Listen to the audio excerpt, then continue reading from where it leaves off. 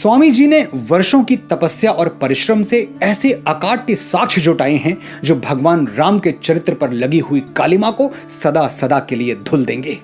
मैं आपको आमंत्रित करता हूं, अपना सारा ध्यान, सारी चेतना, सारी ऊर्जा कुछ मिनटों के लिए मेरी ओर मोड़ दें।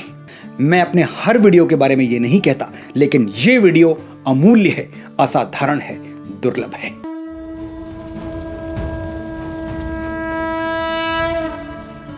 प्रचलित कथा यह है कि श्री राम ने रावण को मार दिया। वो अयोध्या लौटे और उनका राज्याभिषेक हुआ। फिर एक दिन एक धोबी उनके राज दरबार में आया। वो अपनी पत्नी को त्यागने पर तुला हुआ था। कारण उसकी पत्नी उसकी अनुमति के बिना 2 रातें घर से बाहर गुजार के आई थी। धोबी ने श्री राम से कहा कि मैं आप जैसा नहीं हूं कि पत्नी शत्रु के साथ रहकर आए फिर भी उसके चरित्र पर संदेह किए बिना उसे अपना लूं। ऐसा सुनकर श्री राम सोच में पड़ गए और अंततः प्रजा के सामने सही उदाहरण रखने के लिए उन्होंने सीता का त्याग कर दिया, उनको वन भेज दिया। यही कहानी हम बचपन से सुनते आ रहे हैं। गोस्वामी तुलसीदास ने मानस में भी ऐसा ही लिखा है। 80 के दशक में टीवी पर रामानंद सागर की जो रामायण दिखाई गई उसमें भी ऐसा ही दिखाया गया। जाहिर है, जो बात इतनी बार दोहराई गई, इतनी बार सुनी गई, उस पर विश्वास ना करने का कोई कारण नहीं है। मैं भी वर्षों यही मानता रहा कि श्री राम ने मां सीता को त्याग दिया और ये उनकी बहुत बड़ी भूल थी। स्त्री जाति के प्रति उनका अनादर था।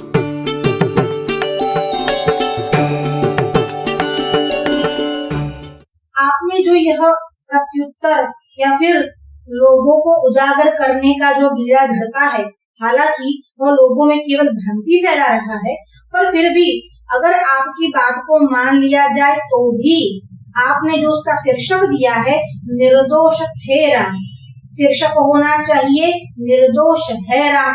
अरे एक राम ही है जो निर्दोष है, बाकी कोई भी हो तो वह दोष सहित है। आपका यह कहना है कि आपने श्री रामभद्राचार्य जी का अनुसरण करके या उनकी छत्र छाया में बैठकर उन्होंने जो संशोधन किए हैं उसका आश्रय लेकर अपनी बात को रखा है।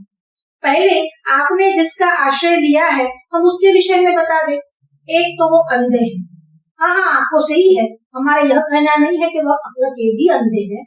अगर वो है तो वो बाद में पता चल जाएगा, पर आंखों से तो वो अंधे हैं।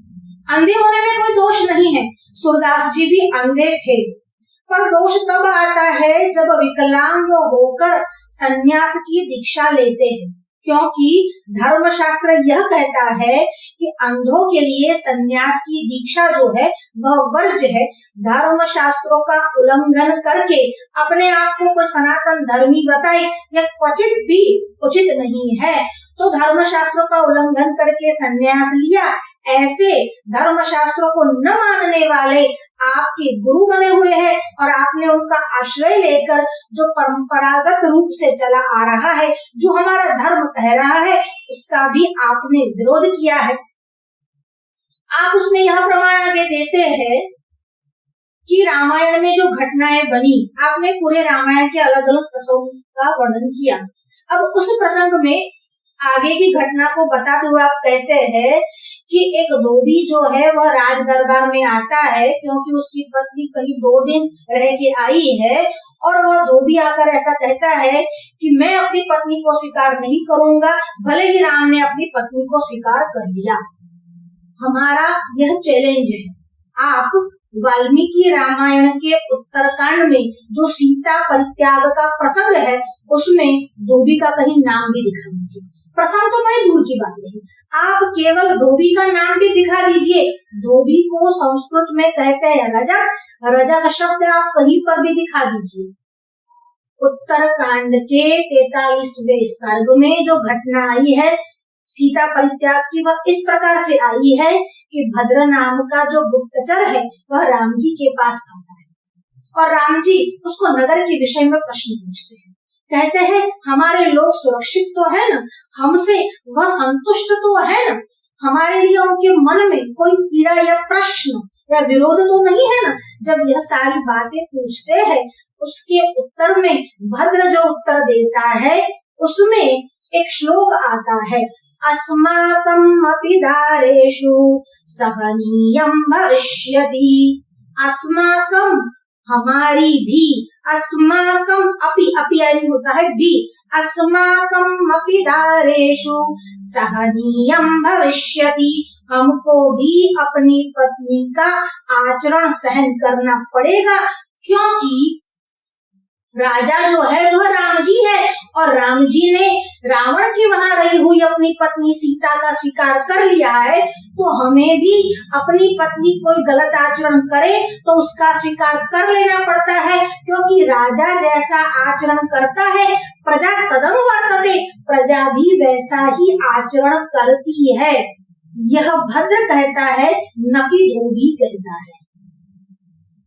आगे भद्र जो है वह क्या कहता है, एवं बहुविधा वाचो वदन्ति पुरवासिनः नगरेषु च सर्वेषु राजन जनपदेषु च। एवं बहुविधा वाचो, इस प्रकार से बहुत सारी बातें, एवं बहुविधा वाचो वदन्ति पुरवासिनः। पुरवासिनः, पुर शब्द का अर्थ होता है नगर, और वासिना नगर में रहने वाले, राज्य में रहने वाले, यानी प्रजागण। प्रजा में ऐसी चर्चा है, प्रजा में ऐसी बातचीत चल रही है कि ये जो राम जी ने किया वह उचित या योग्य नहीं है, और प्रजा में, लोगों में यह अपवाद उठा है। सर्वेषु नगरेषु जनपदेषु च, यहाँ लोक अपवाद उठा है। अब बताइए यहाँ धोबी और रजक कहाँ आया? हम समझ सकते हैं, राम भद्राचार्य जी को तो दिखता ही नहीं है। अब जब दिखता ही नहीं, वाल्मीकि रामायण पढ़ी ही नहीं, तो ये गलती होने की संभावना तो पूरी रहती है।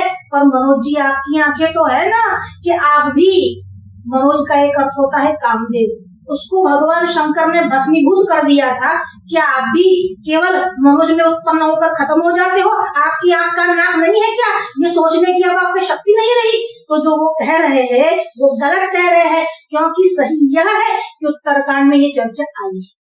अब आपने एक और आक्षेप किया है। आक्षेप यह किया है कि रामचरितमानस में भी धोबी की घटना आई है। मुझे पहले ये बताइए कि रामचरितमानस में सीता परित्याग के कोई सीधे प्रसंग आए हैं? नहीं आए। अब धोबी की बात तो बहुत दूर की रही, जब सीता परित्याग का प्रसंग ही नहीं आया तो धोबी की बात तो आएगी ही नहीं।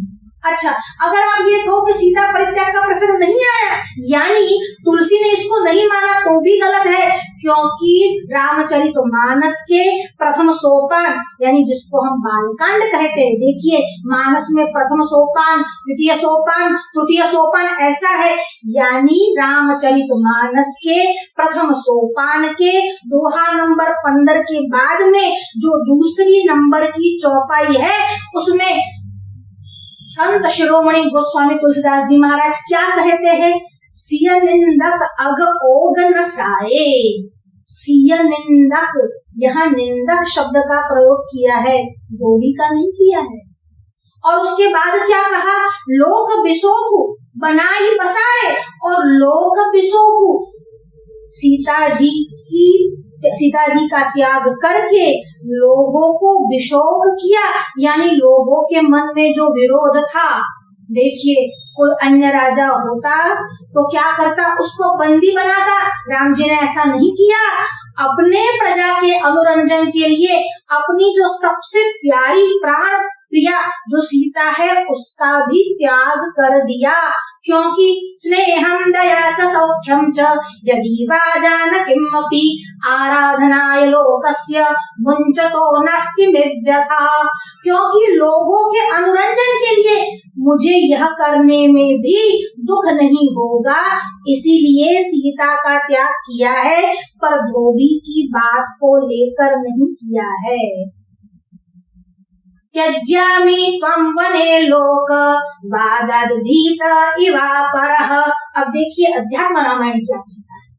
त्यज्यामि त्वं, हे सीते मैं तुम्हारा त्याग करूंगा, और त्याग करता हूँ। क्यों करता हूँ? लोक वादाद्भीत इवा परः, अध्यात्म रामायण में भगवान पुरुषोत्तम परमात्मा श्री राम त्याग से पूर्व सीता जी को यह कहते हैं, मैं तुम्हारा त्याग करूंगा जैसे कोई साधारण पुरुष लोक अपवाद से, साधारण राजा लोक अपवाद से पत्नी को छोड़ देता है, वैसे ही मैं छोड़ूंगा।